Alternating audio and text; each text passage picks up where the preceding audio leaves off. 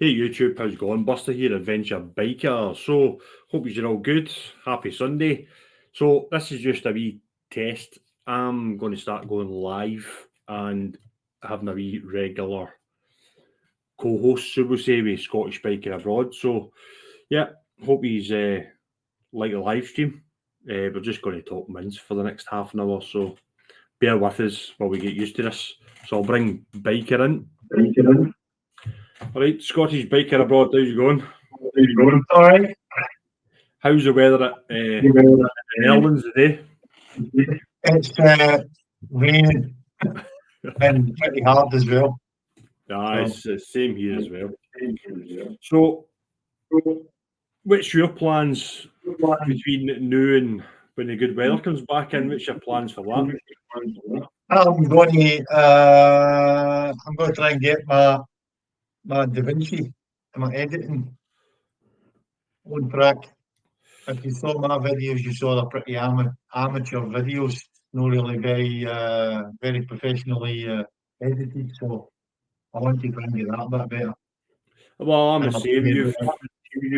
I'll play a bit with my drone. Well, I'm the same. I've downloaded Da Vinci now that I've got my new setup here. I'm running off a Mac Mini.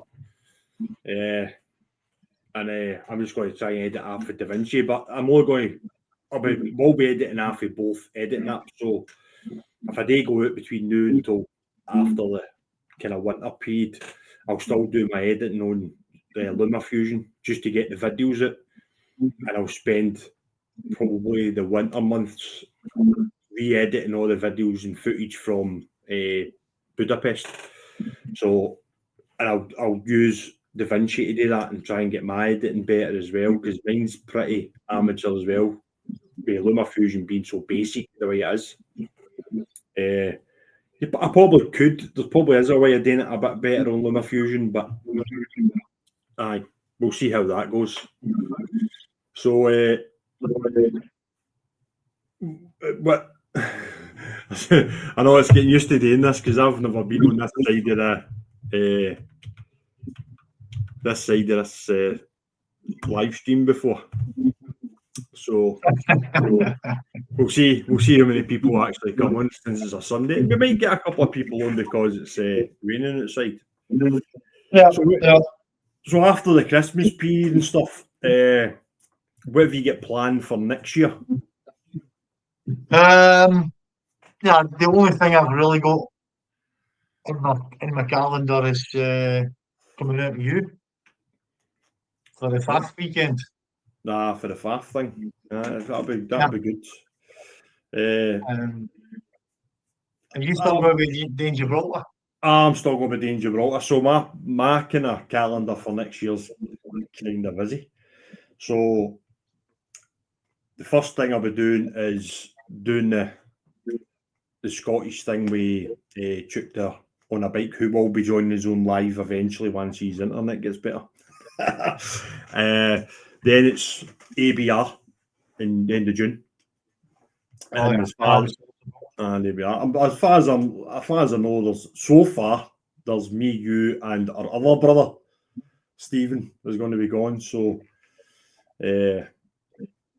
that's all.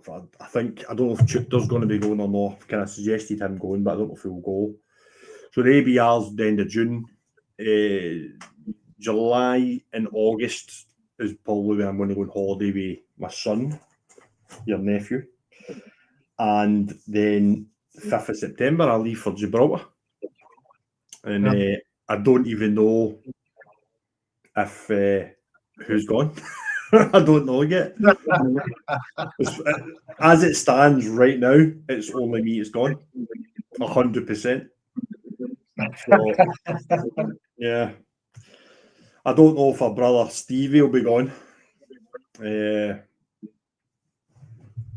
think as you know, he doesn't ride very much, so that would be a big trip to if he's not practiced. I know it's. We'll see. I'm hoping between then. I'm hoping between then, now and then, he's going to get a bit more a bit more practice in. All right, German jobbies, hope you're all right. Between then and so I'm hoping he's going to come in May with us as well, maybe get him a bit more into that, and the ABR, which I don't know if he's going to be doing any trails at the ABR. He's got a trail pass, but I don't know if he'll do any. So, aye.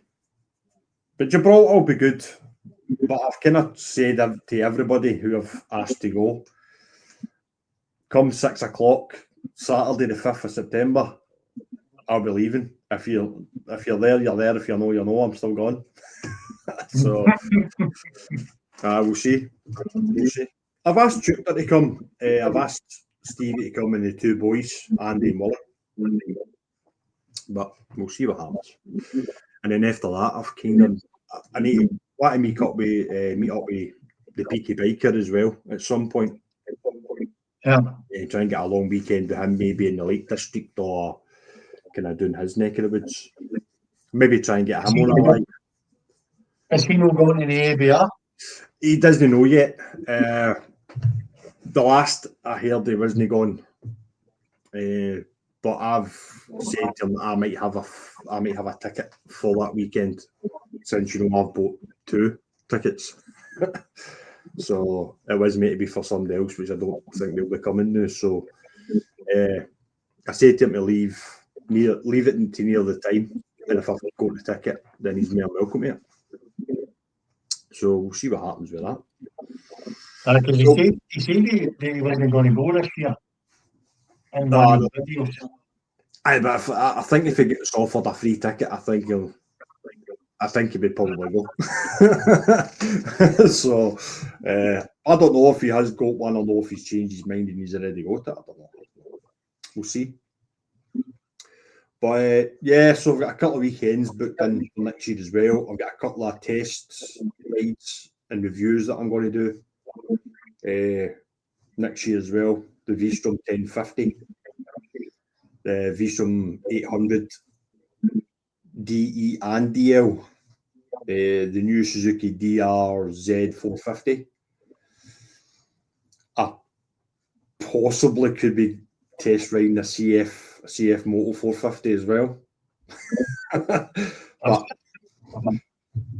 we'll see. I spoke to the dealer a couple of weeks ago, and he offered me the test ride on the CF 450 and 800.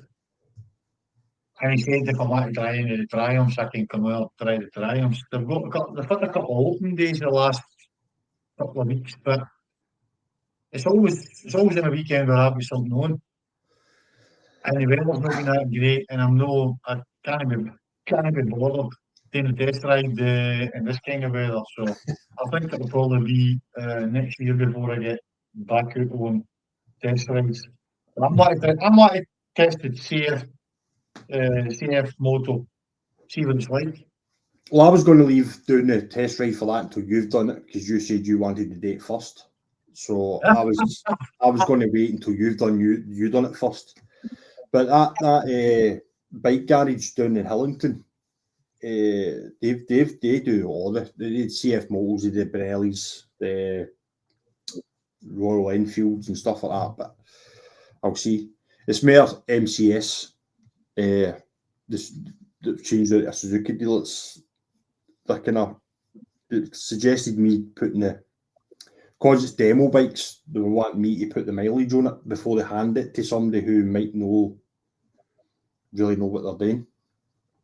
So he's like, you can stick a couple of 100 mile on the bikes for me if you want. I went, I'll do me. I'll do a couple of reviews on that. But I think that's because he wants me to change big job to a Suzuki. But I don't see that happening. I'm also maybe looking into buying a Cove. So I don't know. I'm thinking about buying a Cove. Where are you going to put it? That's another thing.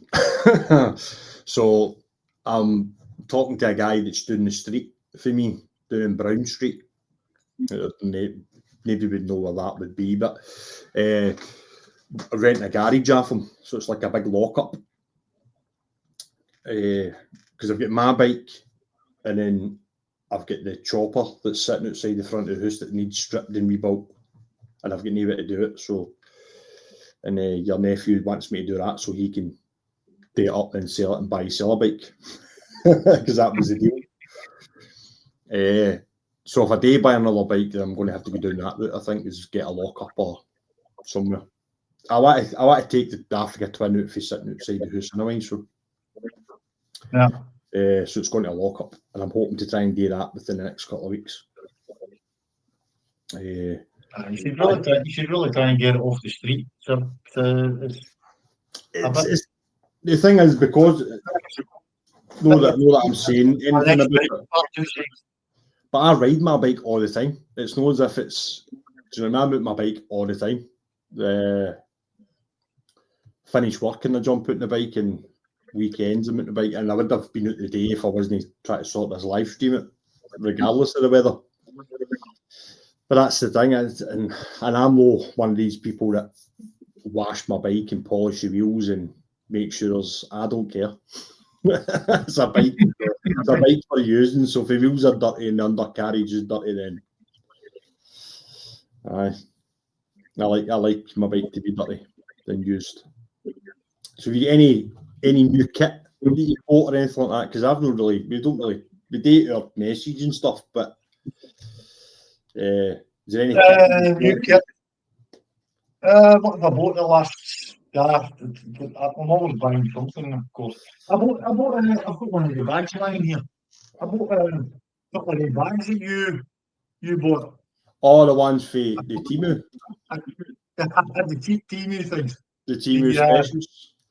Yeah. I didn't get the logo on mine. I got the plain black one. But for the price that they were, they're really heavy duty material. They're just as thick, if no the same thickness as the Lomo bags you've got. Well, mine are anyway, it'll be yours. They're the same. They're the same quality as the Lomo bags. What else have I bought? The DJI Flip, of course. I bought that a couple of weeks ago. So if you don't know, if anybody is watching, and obviously people will be watching this later once it's been recorded. So if you don't know, Scottish Biker Abroad went to go and buy a DJI Flip drone. And what happened to you on the way back for buying your drone? It's no secret. It's on YouTube. It's on YouTube. I decided to go a bit cross country, and where I was riding, it hadn't rained for quite a while, and it was really sort of sand, and I've only got road tires on my bike, so it wasn't a very good idea to go through that soft sand with road tires on. So I fell.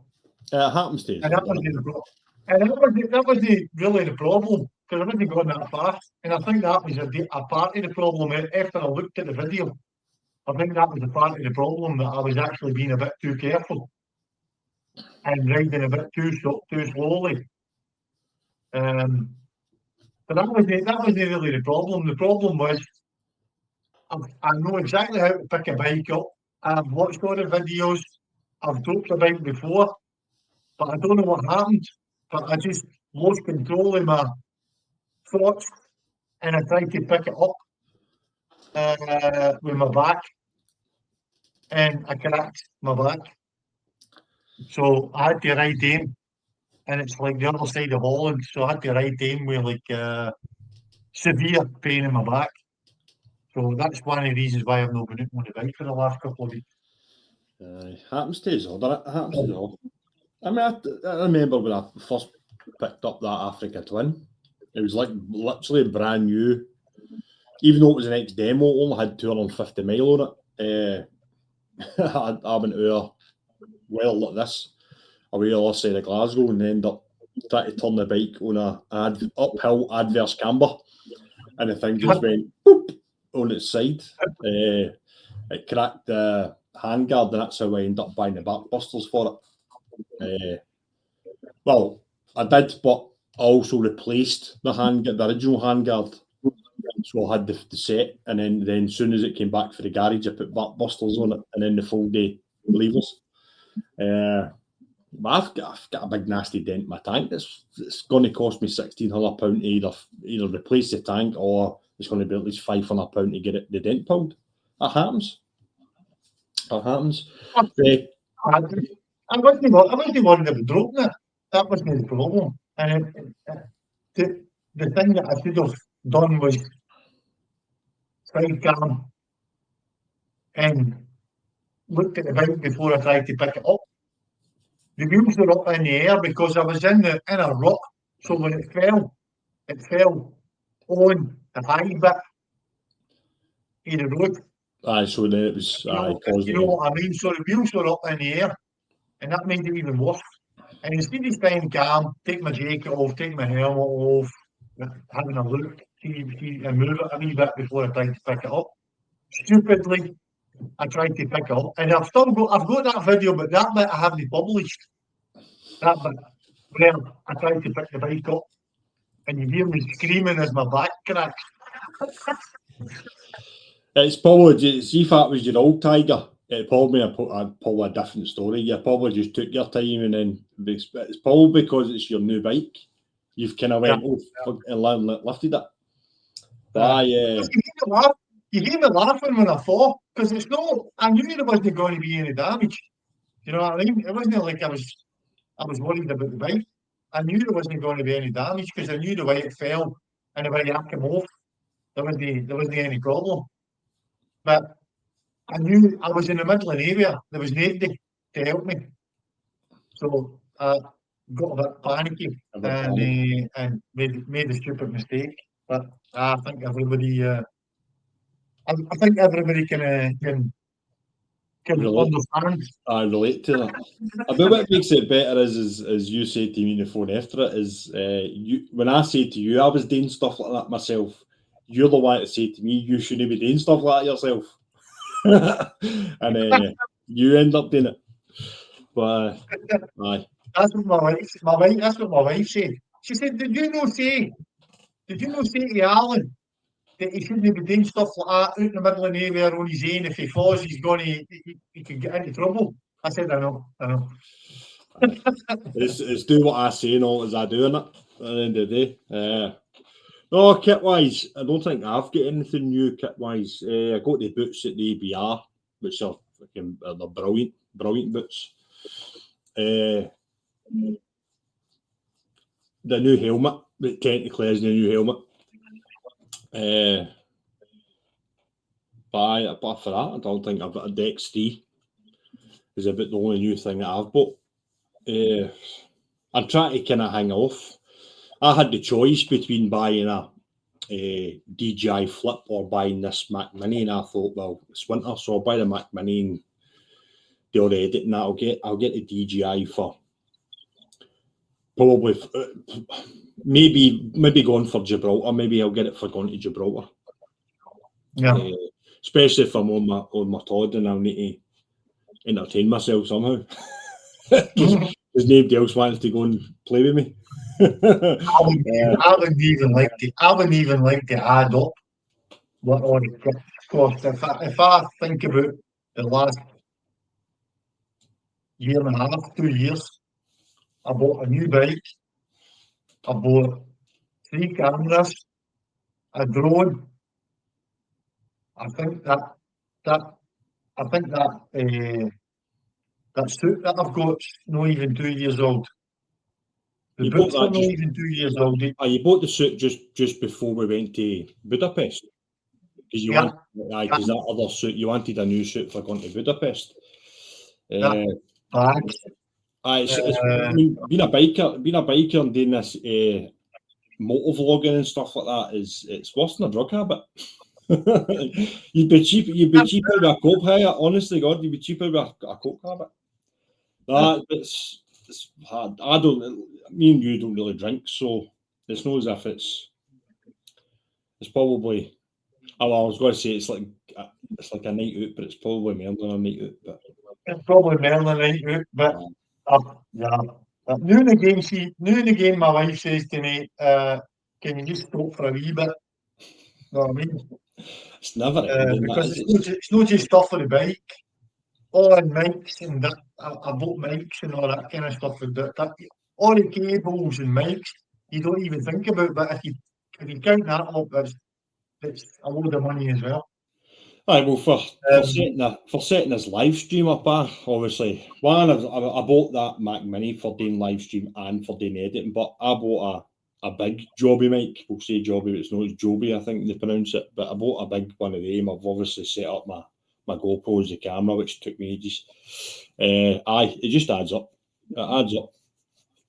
But it's aye, but I look at. I don't think I've bought anything else really. I've got some questions for you to keep it interesting. Right, go for it then. Right. Buy, but 20 quid's 20 quid. I was going to buy you a T-shirt, and the only thing I was going to buy you a T-shirt. I saw a T-shirt, and the only thing I didn't buy it for is because it said on it, "I'm no gay" on the top, and then it said 20 quid, 20 quid. And I thought about the gay bit, and I thought, nah. I'd wear it because that is the saying. I'm all gay, but 20 quid's 20 quid. I know, but if it just said 20 quid, 20 quid, I would have bought it. Right, so what's your question then? If you're after like a twin could top, what would it say about your navigation skills? Fucking supreme. Brilliant. It would probably turn and say to me, "Stop following Gary."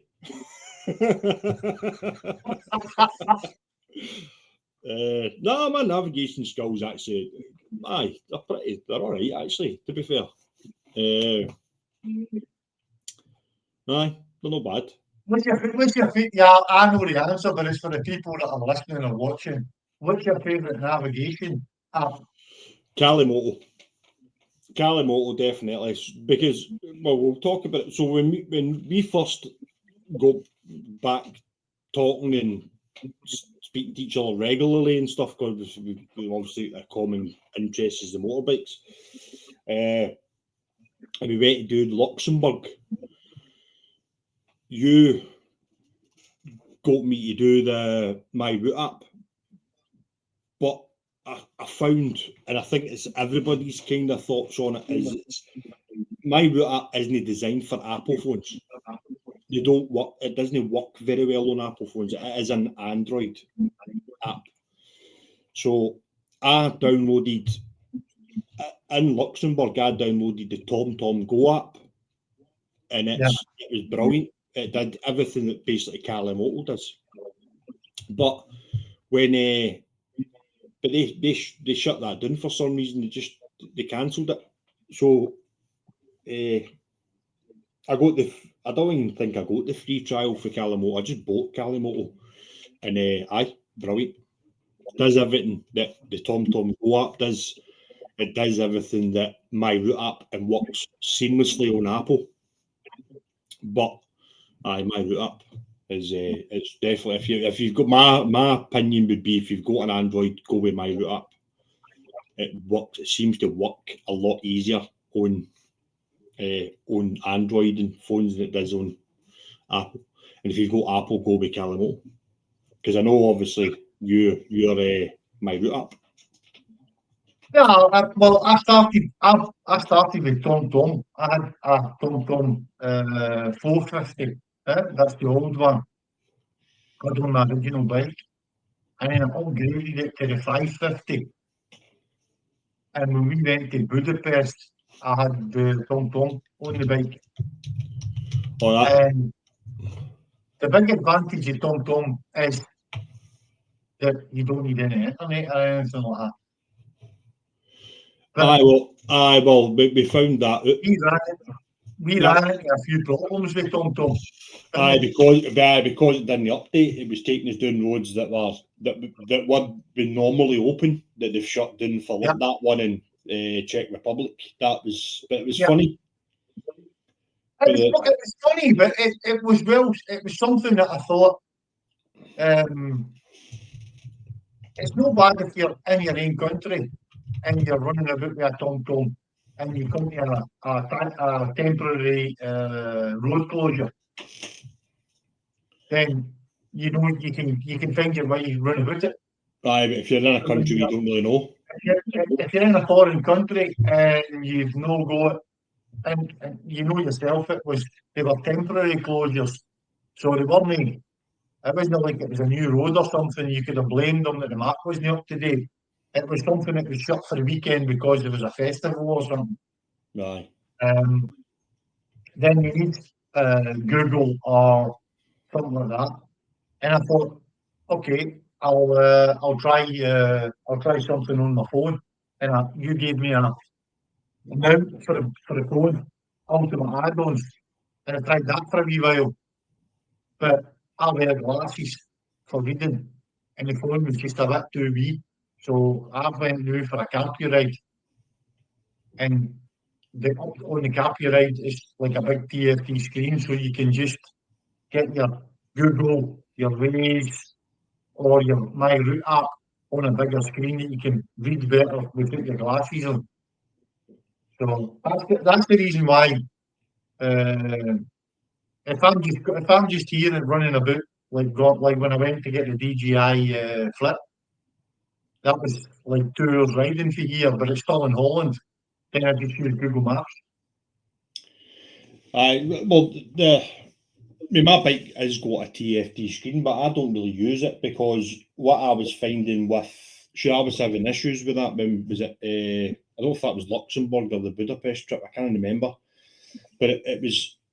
So what was happening? I don't know if anybody else would be interested in why it happened to me, but so your network, if you were on your internet over there, would work flawlessly going through no matter what country you were going into. But because I'm obviously UK, getting through like Germany, Luxembourg, all different countries, the minute I passed the border, the phone would cut off, and then it would be a couple of seconds before it would kick back in again, which means then the TFT screen on the Africa Twin would just shut off, so my sat nav would cut off.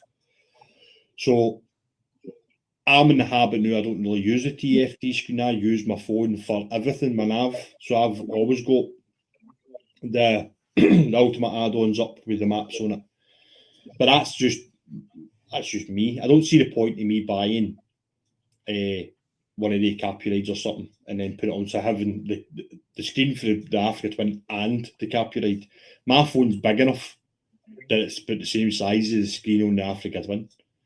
So that's the only thing I found. So if you're very UK and you're going into Europe, you just need to be mindful of that. If you're using the Africa Twin or a bike that's got a TFT screen, you can do that way. Is it will cut off as you're passing through countries because it just loses the network and then it takes a couple of seconds and you have to stop and then reset it and then put it back up. So I found it easier just using the ultimate add-ons in the phone.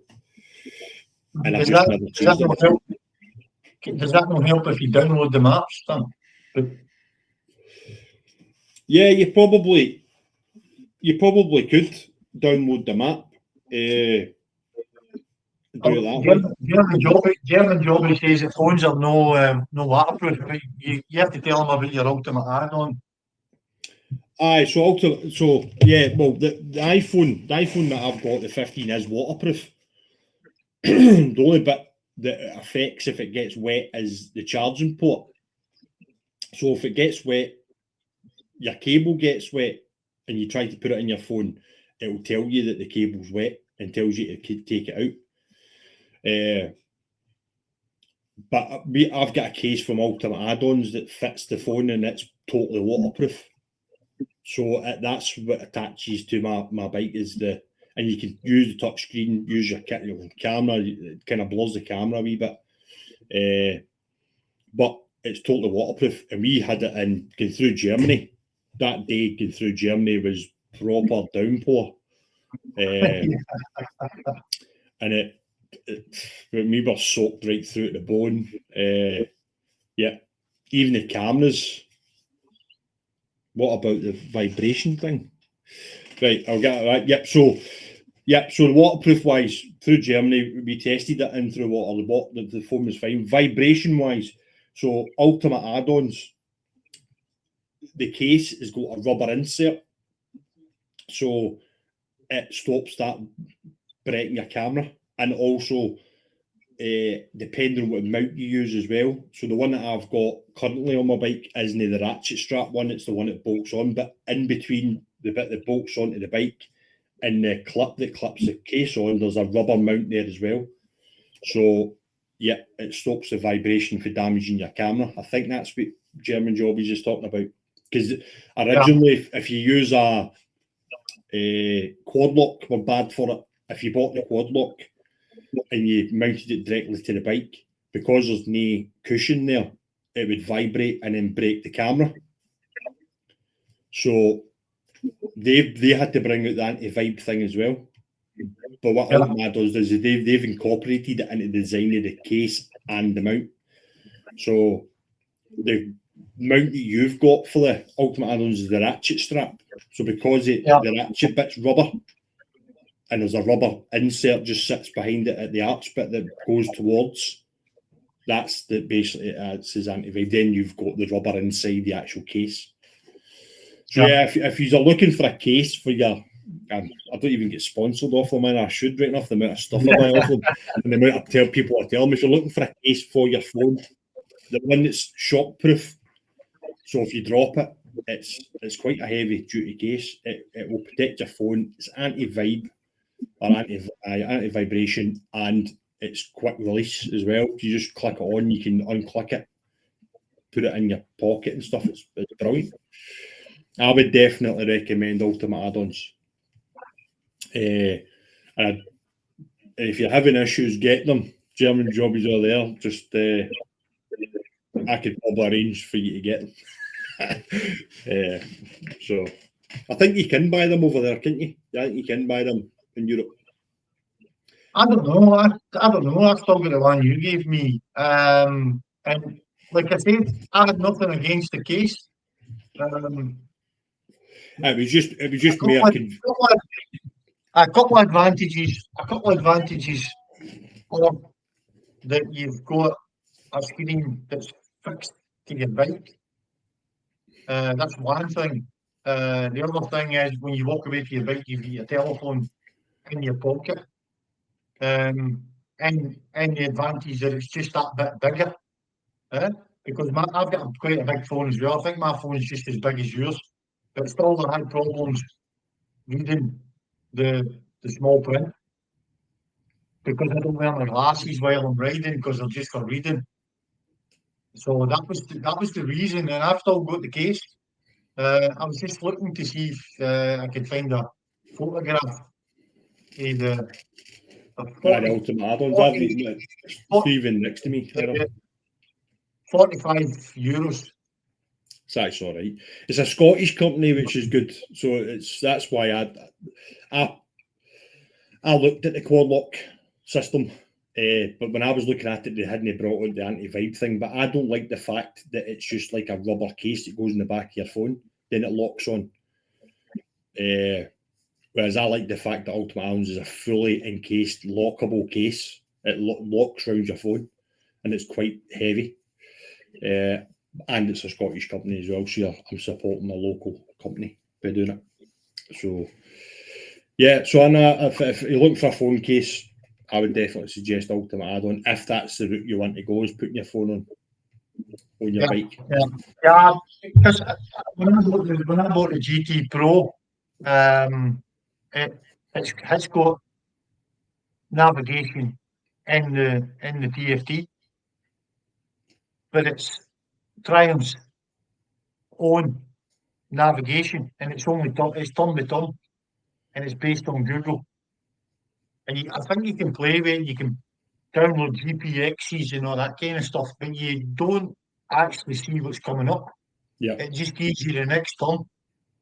But it's depending on the type of rider you're.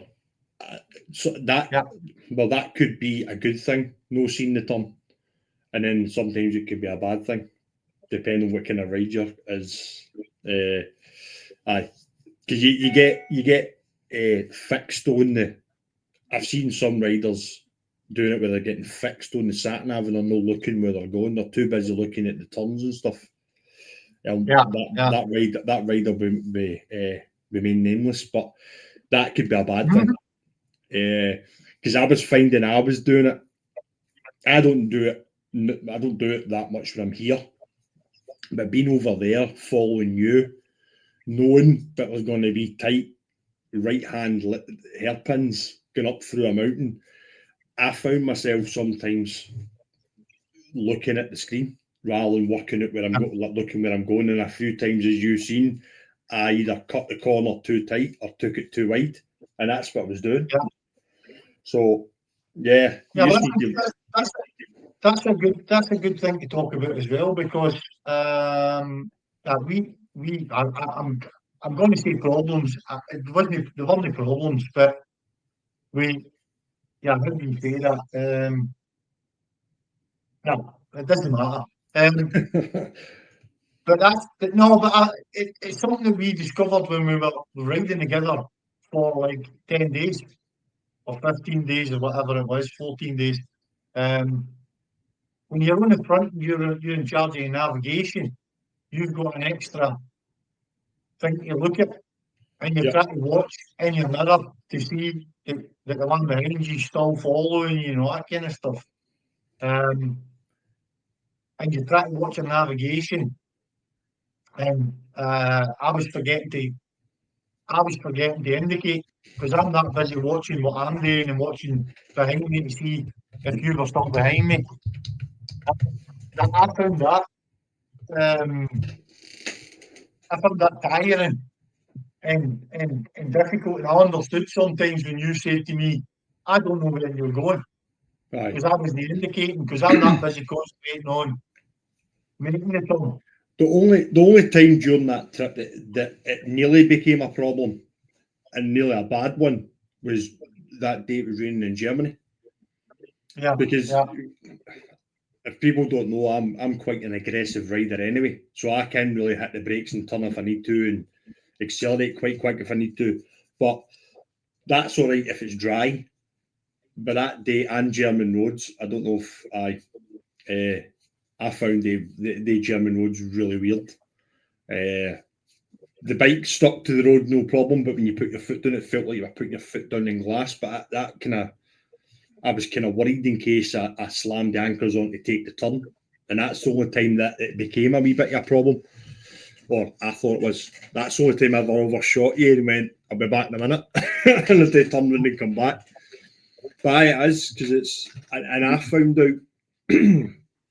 I had me rode in a group for years, and then my two mates, they've just recently back on bikes, and my other brother's just back on a bike, and we were out on a trip where I was leading the pack, but what annoyed me most was I gave the back rider the same route, so we were coming up through the Three Locks Road. And I've took the turns, and I was sitting right at the end of the road, and then they've just rode right past me. But yeah, so I understand both sides. It being at the back can be a bit, and then take the leads a bit funky as well. I've rode in the front, and I've rode at the back. I don't like in the middle of the pack. And at the back, if you've not got navigation, because one of the big trips that I did was a few years ago where not everybody had navigation. I didn't have navigation. You try to keep the pack. You try to watch the last rider the whole time. And if you stop at traffic lights and all that kind of stuff, or do you know what I mean, if a car cuts out in front of you, the last rider's always got it difficult to try and keep up with the rest of the pack if you've not got navigation. Yeah. And I've been on runs where everybody says navigation, but they've all different problems. A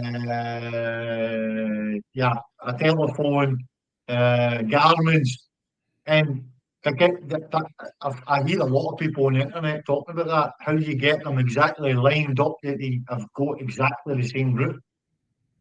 And that's I've seen that happening as well, where somebody thinks they have to turn left, and the rest all just drive straight on, and all that kind of stuff. Do you know what I mean? So it's Well, we had another thing. I bad think if it's bad if you're just staying a couple of hours. Do you know what I mean? But we were doing like 8-9 hour days. aye, well, it's I know it keeps coming back. I start to feel a bit like Teapot and with his teapotitis. I've been around the world, but the Budapest trip. Keep referring back to the Budapest trip, but that's where we found a lot of things out in the Budapest trip.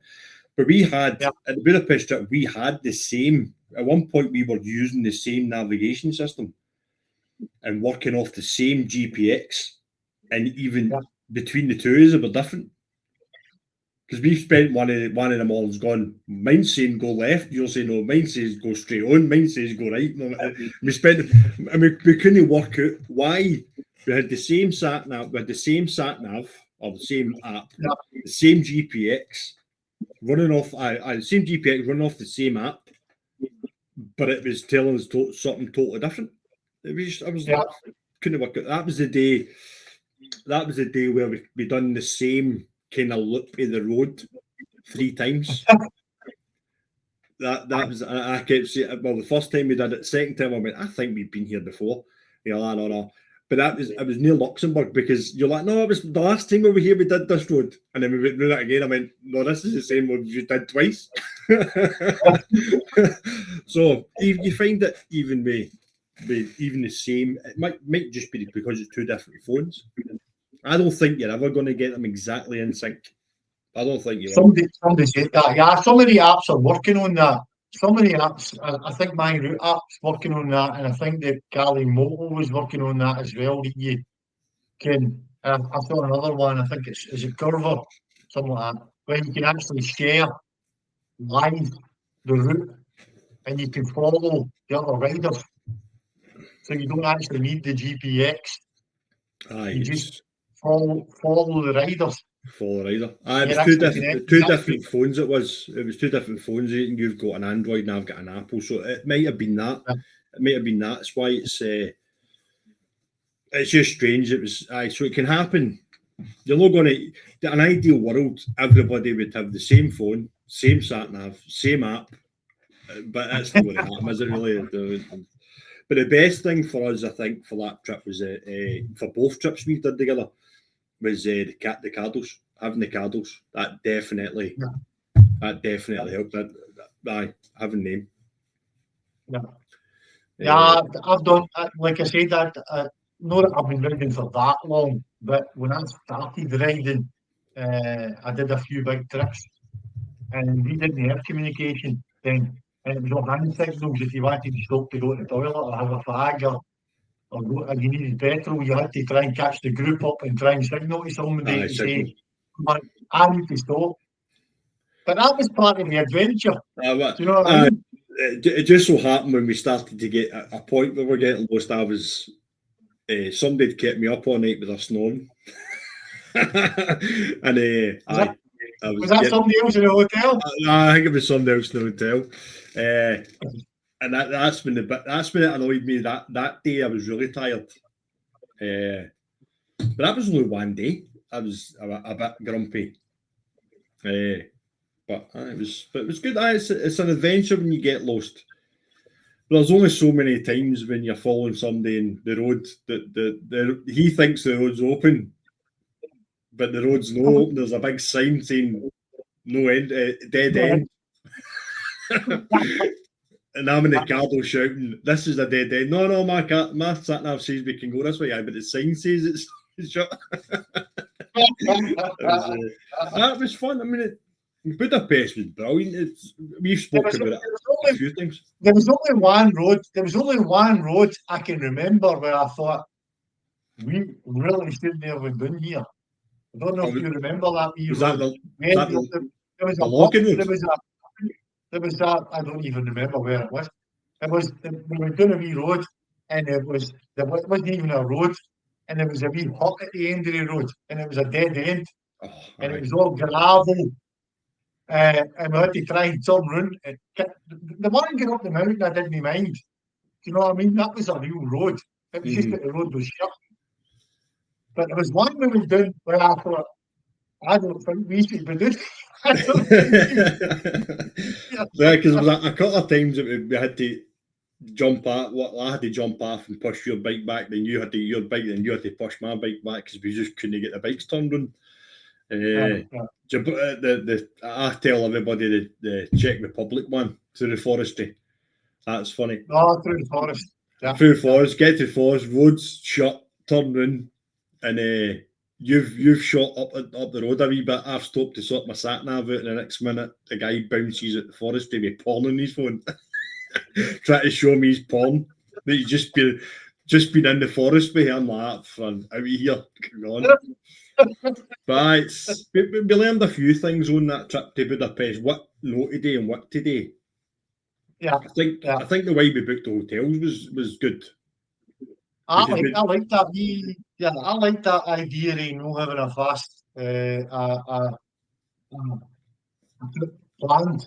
Yeah. Do you know what I mean? And just saying we'll stop in a couple of hours. Where are we going to end up? And then looking for a hotel. I The think only thing I would do differently, and we've spoken about it before, is we just rode constantly. We never actually stopped anywhere, except at night. And usually we end up, because we never booked a hotel, we usually end up, I think, maybe 50% of the hotels were in the middle of nowhere, in an industrial area, where there wasn't anything to do. Yeah. So I'd maybe take Germany, and it was a Sunday or something. We ended up in Germany in an industrial state. And is it a Sunday that neighbours opened in Germany? Or was it a Monday? Yeah. It was a Sunday. We end up. But I think booking it as you go is good for the fact that you're no constantly trying to chase yourself. And I think that's when accidents more likely to happen, is because if you've had a shop day the day before, and you're having to get to that hotel that you've booked 3 months ago, and you've got 600 miles to do, you're pushing yourself that whole day trying to get to that hotel, and that's, I think, where accidents would happen. But if you're just doing it the way we did it, one of the days, I think, one of the shortest days we did was like 160 mile, maybe something like that, 180 mile, and then we could do a long day the next day if we wanted to. Or if we went, we'll just do 200 mile a day or 300 mile, whatever it is, and then it worked out. But the downside is we realistically could have. How many days did we have for that trip? How many days did we plan for? Was it 14 days? 14 days. Or was it 10 days for yours to Budapest? I worked out for yours, it was 5 days for yours to Budapest and 5 days back, wasn't it? And the way we did it, we actually did it in 8 days, because we had 2 spare days. We end up with 2. We go to the Black Forest and we end up going. We're 2 days early, and that's how we ended up. That's how we ended up doing that day and a half at Luxembourg. Yeah, because we just rode constantly. We never stopped. We never looked at things and stuff like that. Which why I would change that the next time. Yeah, and maybe take some more time to book the hotel. Still do it that way, but just take more time to see where the hotel is and the stuff in the area where the hotel is. This year I went on holiday with my wife, and we did exactly the same. But we sat and we looked and we tried to get hotels like in the town centre, or do you know what I mean, near somewhere that we wanted to see. Aye, what you mean, for people who just in case they don't not realise what you mean, is take time, extra time to actually look where the hotel is. Take the time to look where the hotel is on the app to see if it is next. And don't just take your time looking for a hotel. Aye, I know what you mean. Aye. Because we just kind of went like that hotel day and didn't even look. Like, where is it? Is it near this place? Is it near there? We just went there. That'll do. But don't get me wrong. The only time doing that, where we end up in the middle of nowhere, was actually quite nice. Is in Czech Republic. That farmhouse, that was nice. Did I one that was kind of empty in the middle of nowhere? That was actually in the middle of a field. Was that Czech or was that Hungary? That was Czech Republic, because we came out of Hungary and we ended up in Czech. It was the middle of nowhere. That was like you're not in an industrial state where you're hearing trucks bouncing about. You're not in the middle of a city centre where you're hearing people screaming. You're in the middle of nowhere. The place was kind of empty. We had pretty much the hotel to ourselves, and it was kind of nice. That was nice. It was really in the middle of nowhere. I think when we left the main road, it took us about half an hour to get to the hotel. Yep. That was nice. Yeah. Nice. That's a couple of things that I learned that I would do differently. Is I would definitely do that way, but I would just take my time to make sure the hotel. Aye, is you're happy with the area that you're in. You're going to get something to eat. Like Germany, when we did that one in Germany, in the industrial state, I can never pronounce where that was. Where the big concentration camp is. But the shark. That was near there. I can never pronounce it. I'm not German, I'm Scottish. I can barely pronounce half my own words, I mean German words. Aye, that was an industrial estate, and it just so happened it was a Sunday and nothing was opened. Yeah. And we walked for miles to try and get something to eat in the pissing rain. But it was a good trip. I mean, I've planned Gibraltar like that, where it's going to be. I think we did well. I think bikes were good. Yep. Helmets, suits, the amount of stuff we took with us. We did all that. That was all brilliant. I never had an issue where I thought, okay, I should have brought something with me, or I took too much. I thought it was perfect the way we done it. Packing, planning. So the only thing was that we're just a couple of nutcases that just want to ride the whole day. It is a bike trip after all. And then you come back and you think, the only Budapest and the temperature. That was the only thing that we did do with the hotels was after a certain amount of time, we started saying, it's got to have air conditioning. Hotel air conditioning. It's got to have air conditioning. Aye, that's right. I remember that. That was because it was hot. I mean, because we went for being Scottish, as you know, we're not used to high temperatures. When we got to Budapest, I think the highest it was when we were actually in the centre of Budapest was, I think, 47 degrees. So it was hot. And but my suit, I mean, the suit that I had was brilliant because our suits are very similar. Different ways of going together, but they're very similar when you've got an inner that's waterproof. I think yours is, mine's an innerwear waterproof, but you take that out and it becomes like a mesh suit. So you can go for like -10 all the way up to high temperatures. Downside is I shouldn't have bought the black one.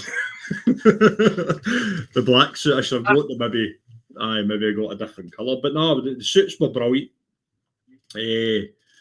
I think everything we took with was brilliant. We did take the camping gear, which we didn't use, but I'd rather have it and not need it than need it and not have it. So, no. Yeah. No, I remember we took the camping gear, we never used it. I don't think that was. I'd do that again anyway. Take it with you just to be sure. No, there wasn't any kit or anything that I thought I should have took that with me. I maybe should have took an air freshener from my dirty clothes. Honestly, I needed a respirator opening that getting panty when I came back. It was minging, and that was that day in Germany when it was raining. That's one of the questions that I wrote down. I haven't asked you yet. It says, how long does it take you to unpack when you get back? It takes me less time to unpack than it does to pack. Put it that way. I packed the exact same ways when I went to Luxembourg as well, and it took me a few days because I pack it and then I leave it sitting packed, and then I go, right, wait now, I'll take it out and check it all and do it, and then take it out, repack it, take it out, repack it. Because I think we've spoken about this before. We're no. You see the bikes going doing tour and they're packed to the gunnels with loads of stuff hanging after bikes. We don't. I'm personally don't like that, and I don't think I could ride a bit like that. And I think you're the same. Having having everything. So the way I kind of looked at it was these are the bags and piles I'm taking. If it doesn't fit in here, it's no gone. That's it. And the only time I've ever done it is coming back for ABR with my boots strapped to the top of my panniers. But no, I don't like all that stuff hanging off. So, I can't remember. Did you buy because I ran out of t-shirts, didn't I? I so did that. I bought socks and t-shirts in Germany. Which, believe it or not, which I found I found that out tonight. I bought 2 t-shirts, right, for Germany. For that, what's the name of that shop we went in? It's a bit like Primark, but German Primark. K something. Aye. Well, I found the black t-shirt that I bought there, and it's the same black t-shirt that my Midas t-shirt's printed on. It's the same t-shirt, except this is Midas. I bought 2 t-shirts and a pair of socks because I'm a weirdo and I can't wear the same socks twice. I took enough socks with me, but it was that hot. You were sweating that much that I ran out of t-shirts. Let's be honest. I don't know. I know you're not really a reader, and I'm not really a reader either. But I've read Jupiter's Travels, and that guy done that trip in the 1970s. So it's a different. You can these days you can buy if you're in Europe and you've got euros, you can buy the shops for everything. Aye. So there's no need to take 500 t-shirts with you and 1,000 socks and toothpaste and toothbrush and you know what I mean. You can take a toothbrush and toothpaste, but if you're only a toothpaste, you just buy toothpaste somewhere. You know what I mean? There's a few things that I would change the way I pack is I would buy the cheapest soaps I could find and just bin them once I've done them. Take one pair of jeans, one pair of, and actually I was thinking about this for going to Gibraltar. I'm going to take my armoured jeans with me rather than taking a pair of jeans for going out. So because they look like normal jeans. Just a couple of these things, but you don't know until you start doing trips like that. You don't know what you take and what you not take. Because I packed probably the same amount of stuff for Luxembourg week, the 60 Luxembourg trip, as I did for 14 days going to Budapest. Some stuff like your camping gear. Do you know what I mean? Toothpaste, deodorant. Do you know what I mean? That if you're going away for 10 days or you're going away for 6, it's the same amount, isn't it? Aye. That's the way I look at it. It's the only difference is I'll take some of the, and maybe take, if I'm going to Central Europe, I'll maybe take some extra tools with me. If I'm going to Luxembourg or into Germany for here, I've just got my basic tools with me. I've got cover. If anything happens, I just phone them and they come and pick me up. You know what I mean? Now, I had a tool. Got to check or Hungary, you don't know what the coverage is like, so then you take maybe a couple of extra tools. So it just depends. Now, I've got a toolbox. So you see, my toolbox is full when we went to Budapest just in case. But it was, there's definitely things with trips until you start doing them more often. Then you kind of. I think going to Gibraltar next year, I'm more prepared for Gibraltar now that I've did Luxembourg and Budapest. I'm more prepared for it. I know exactly what I need to take. I know exactly how I'm going to pack my bike, and I'll be fine. Really, I think. I've got all the kit that I need, so it's not as if I need to buy anything for going. So, alright. So I've got one more question for you then, and that's on this whole subject. Right, okay, go for it. if you could only take one thing with you, right, out of these, what one would it be? There you Your go for tent, your GoPro, or your coffee? coffee. See, if you asked me that about a year ago, I would say coffee. But I don't drink as much coffee now as I used to. So, GoPro. That's the one Yeah. thing I would definitely because I'm ex-army. I could make a tent out of anything. So I'll sleep. I'd sleep on the ground. I'd sleep on the ground, just in my bike gear if I had to. No, GoPro, and the GoPro for one reason is the reason why I started doing YouTube was our trip to Luxembourg. And that's, I've kind of spoke about this before in other lives and chats I've had with people. I'll put this question back to you once I've answered it. So I started the YouTube channel because we went to Luxembourg and we were coming down into Viaden for a way that we'd never been before, and I was at the top of the mountain and you were at the bottom.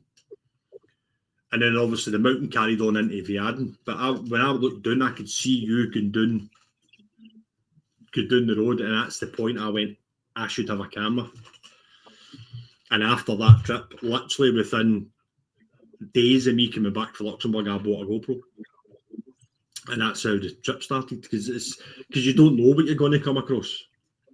Yeah. And that trip would have been brilliant to video. That first trip we did together, because we did see a few things and a few funny things happen, like the village where the road had been dug up, and we just went through the village, and underneath the boom of the arm of the truck loading up all the grit and stuff like that, and they were shouting at us, and that would have been brilliant to video. Then the road came down, and then a few other things. So How many times have you been to Luxembourg now? Oh, I love Luxembourg, as you can tell. 3, I think. 3 times. I thought 3. Yeah. 3 times, I think. I love it.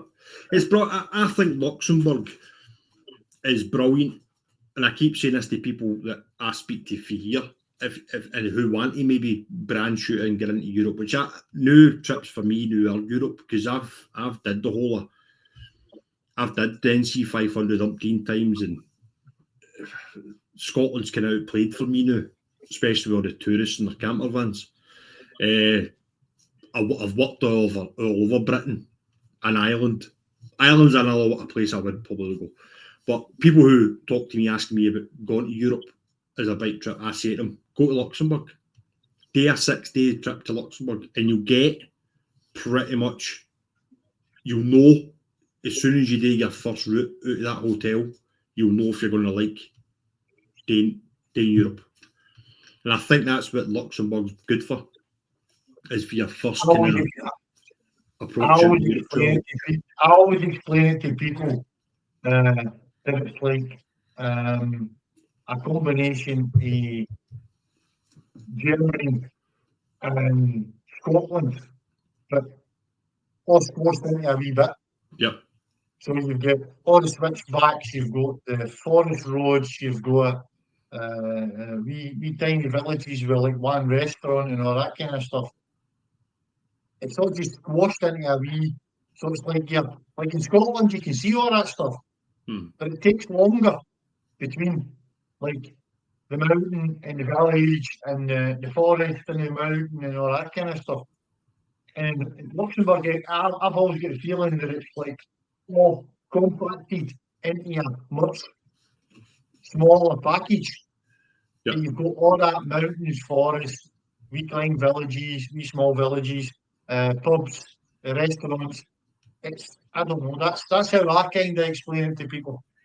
Well, I just say it's people who have not really went and done bike tours in Europe. I say go there, go, because you'll get every type of road you'll ever come across in Europe. You'll get it if you're at Luxembourg, and you'll see. And your round trips can be as long as short as you want, and then you've got a wee base to go off of before you want to start doing like a big trip to like Budapest and stuff.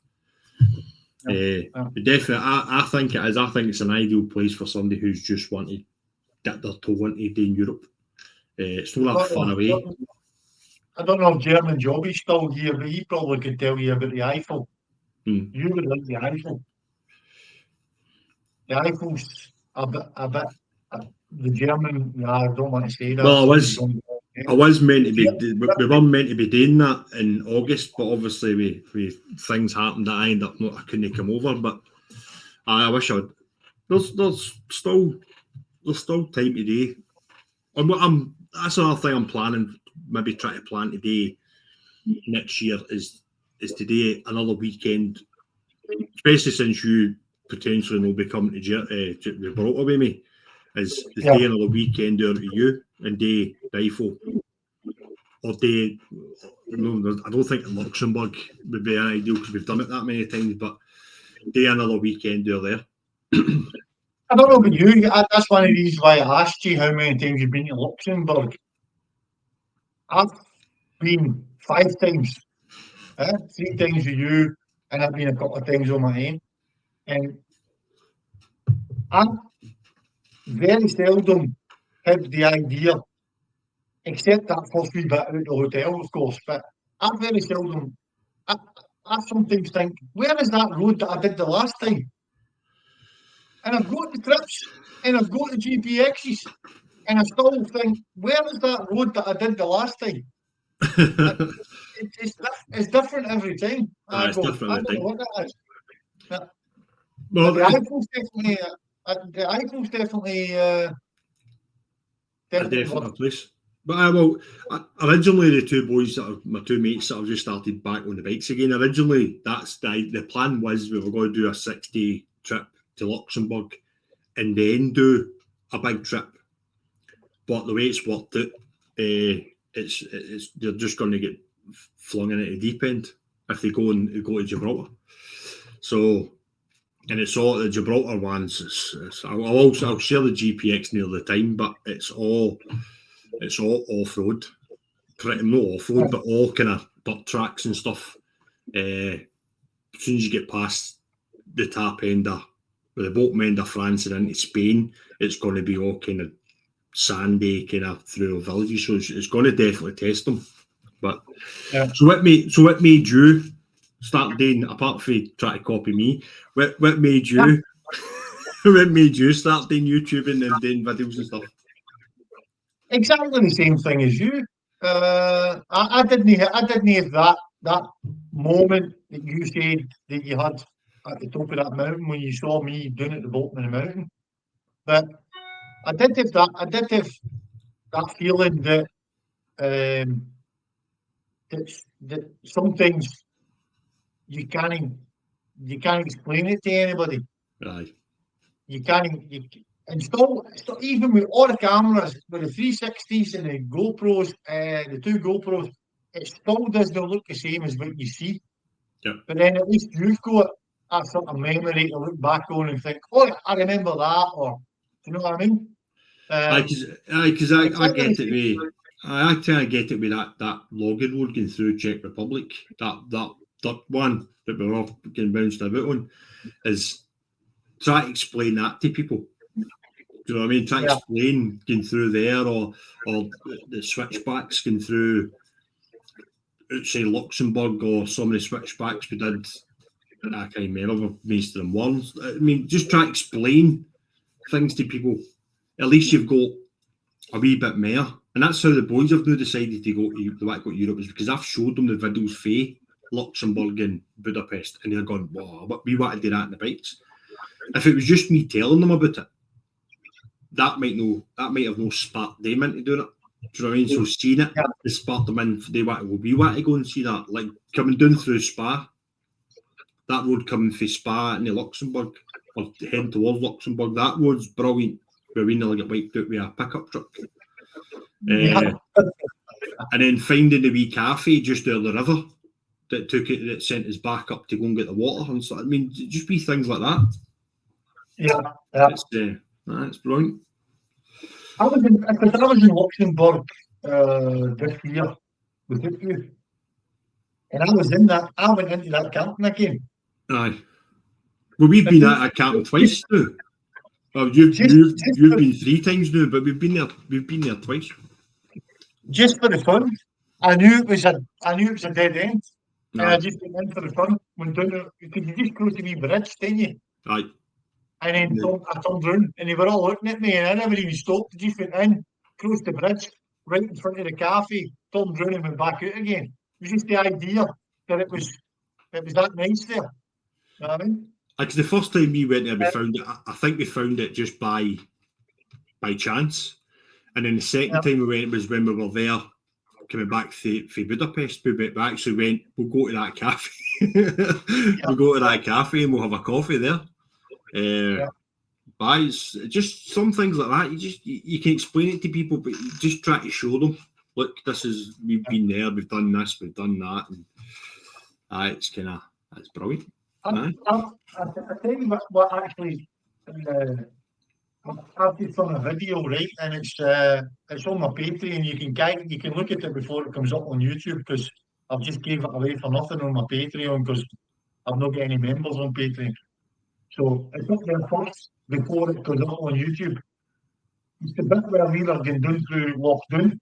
So not even on one of our big trips, just a day trip.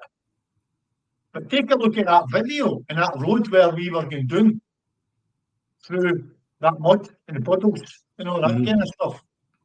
That's just, do you know what I mean? I went back there this year and took my wife back to lockdown because I've got that video, and because I looked at that video and I thought, that is absolutely fantastic. Fantastic there. You're in the middle of nowhere. Actually, you're not in the middle of nowhere. Ayrshire there's enough villages going about, but you feel as if you're in the middle of nowhere. Aye, it does feel like you're in the middle, because the road doesn't go any further. It's a really nice road down into the old castle and stuff like that. It's the same as like I've got that video where I'm coming for, I think I'm going for Straighton out to Dumfries, and it takes you right to, like you said, it'd be ideal for a drone. I did that and then showed the 2 boys, and they went, take us there, and I took them there for a wee run and through the Dumfries and Galloway forestry and stuff like that. So that's the only thing. If I was to choose between these 3 things, my camera, because you'll come across something that you'll never see again. Coffee, I can do without now, and a tent, I can sleep anywhere. A couple of people have asked me, do you film everything? And I film, I think 90%. When I'm out, I've got a camera on. One of my cameras is on. And I see a lot of videos with people with near misses and accidents and all that kind of stuff. And I have to knock wood, because that kind of thing doesn't happen to me. Right. Except that I fell and I filmed it. But you know what I mean? And I'm not complaining. I don't want any near misses. But sometimes I film stuff and it's just a load of rubbish. It depends. It depends on what I'm doing. Sometimes I'll take the camera with me on the helmet and then just no film, or sometimes I'll film. But that's not, if I take the camera and don't film, it's normally somewhere that I've been that many times. Doesn't matter how many times I film it, it's just going to look the same. If I'm going for a day run, I will take the camera and probably record the full time I'm out. I might not edit and put the footage up, but I will film just in case. I don't always have. I'll not always have the camera facing me on the bike, but the one that's always on, regardless, is the one that's on the helmet. I kind of try and have that all the time just in case. Because if I see something happening, I've got that kind of big nipple thing on the record button. I can just hit it and it'll start recording. But it's not very. It's not very. Majority. I used to record all the time, regardless of where I was going and what I was doing. But it is dependent. If I'm going from here to MCS, or I'll no record. If I'm going from here to maybe East Kilbride, I'll no record. Sometimes I don't even have the camera on. on the helmet. But Yeah. Fun and games. Right, that's us been on for over an hour. I know, an hour and 15 minutes. I was just going to say, I'm dying for a cup of coffee and a toilet break. So, but it's been. We'll do it again. So the plan is for these live streams. I think we're not going to do it as often as every week. I don't think we're not going to have that much to talk, especially coming up to Christmas and stuff like that. yeah. We're going to do a couple between now and January. So I think we're going to do it this Friday coming, and hopefully maybe get Tricked on the Bike on, and then it will be the end of November. Then maybe we might have a wee surprise one happening in December. We will say but why it's a wee surprise one, but the one on the last Friday of December might be an interesting one. And then we'll kick after the live stream once a month, the last Friday every month, starting for January. Just checking in, see what's been happening, see if there's any new news. As I say, I think every week or every 2 weeks is too close together. We're not going to talk. We're not going to have a lot happening there. No. And then we'll see if it might be different if you can get a couple of guests on or something. Do you know what I mean? But that's what I was going to. Once people start realising we're doing it, if anybody wants to come on, just either hit Gary up, Scottish Biker Aboard, or drop me a message, and we'll organise getting you on. We're not going to be one of their lives. You have to have a certain amount of subs to get on it. If you've got something interesting to say, we'll be happy to get you on to talk to you about riding bikes and motovlogging new air. So, like German Jobbies, if you want to come on, drop us a line. I don't know how to say that. Kim Tagu, is that right? he's left. I think he's away to work. So time to get some work done. So I think he's away. I want to say, you organise this live stream, but I don't know. I'm talking for myself. Even if you've not got your own channel, when you're a bike rider and you want to talk about something, just let me know. Same. Just try and get you on. So it's not just for vloggers. It's for people that ride bikes and have got something interesting to talk about.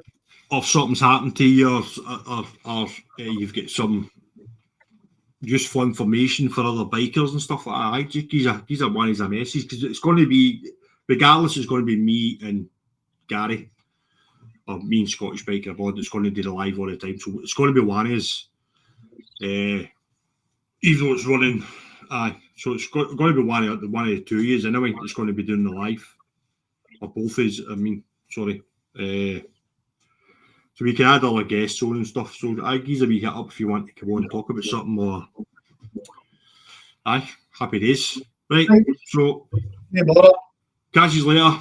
Please like, subscribe and share if you've not already. And if you're on my channel and you're not subscribed to Gary, give him a sub. And if anybody's on Gary's channel, come and sub on me. I was just going to say that. Right, no bother. No bother, right. See you on Friday. Catch you later. Yep. Bye-bye.